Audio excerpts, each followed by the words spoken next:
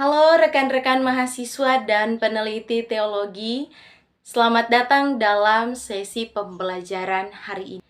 Perkenalkan, saya Sylvia Papente dengan NIM 250402011, Program Studi Teologi Institut Agama Kristen Negeri Manado. Nah, pada hari ini saya akan menjelaskan mengenai satu metodologi penelitian yang akan sangat membantu kita dalam penelitian jurnal atau karya ilmiah lainnya, yaitu metodologi penelitian konseptual teologis.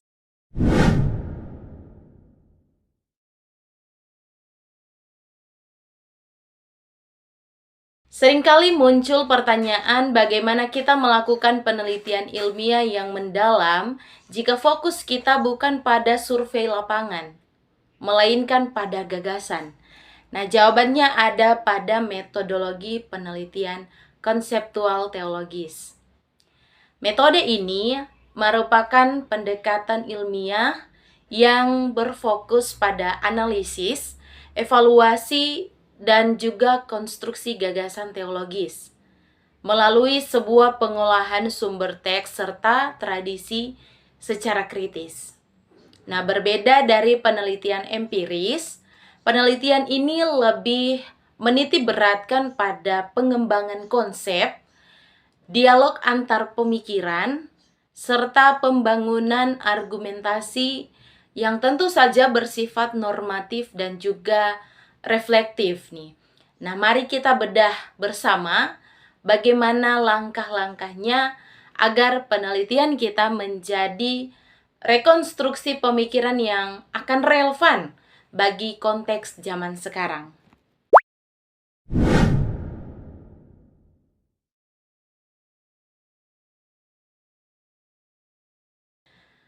Memahami hakikat metodologi penelitian konseptual teologis berarti kita memahami 3 dimensi utama yang saling berkaitan. Yang pertama adalah dimensi analitis, di mana kita akan bertugas mengurai teks dan juga gagasan teologis secara mendalam. Yang kedua adalah dimensi kritis, yaitu suatu proses mengevaluasi argumen serta asumsi-asumsi yang mendasarinya. Dan yang ketiga adalah dimensi konstruktif, yakni suatu langkah untuk membangun sintesis dan posisi teologis yang baru.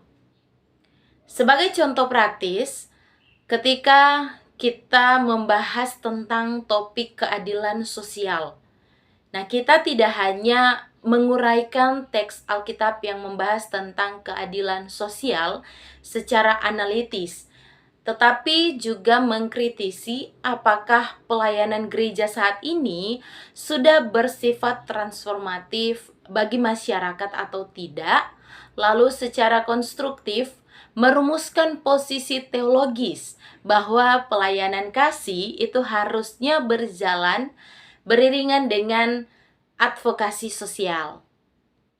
Nah, dalam praktiknya, kita dapat menggunakan 4 pendekatan utama.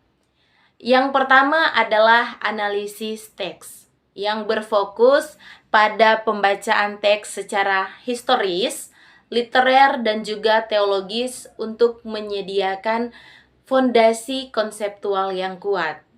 Objeknya adalah Alkitab dan karya para teolog klasik maupun kontemporer. Contoh topik yang bisa kita angkat mengenai makna garam dan terang dalam pelayanan remaja nih. Nah, kita dapat menganalisis Matius pasal 5 ayat 13-16 secara historis, sastra, di mana teologi dapat berfungsi sebagai metafora. Yang kedua, merupakan pendekatan konstruktif. Pendekatan konstruktif bertujuan untuk menghasilkan kontribusi teologis baru melalui suatu integrasi berbagai sumber dan reinterpretasi konsep lama. Contoh topik yang bisa kita bahas mengenai keramahan gereja terhadap migran perkotaan nih.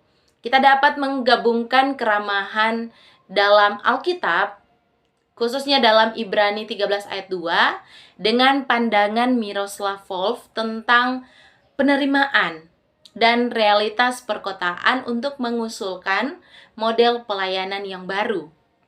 Yang ketiga adalah pendekatan komparatif.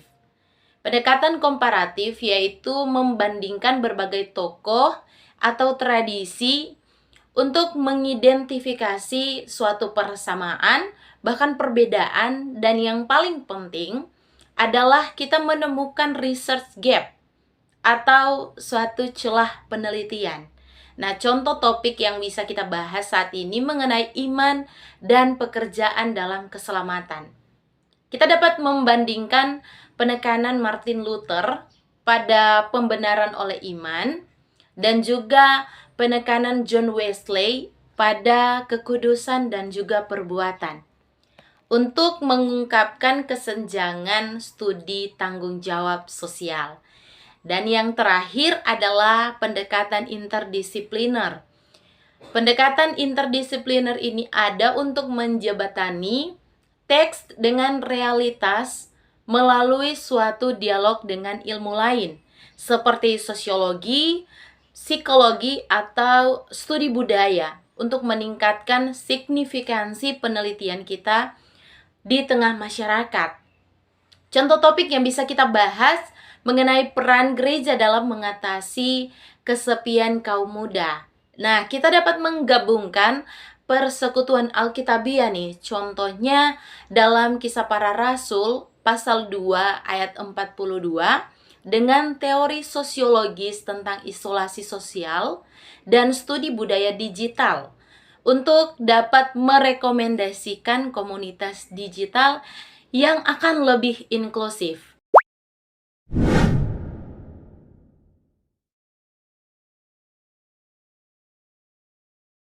Alur penelitian konseptual teologis itu harus kita lakukan secara sistematis, mengikuti pola seperti literatur, analisis, evaluasi, sintesis, dan yang terakhir itu adalah argumentasi.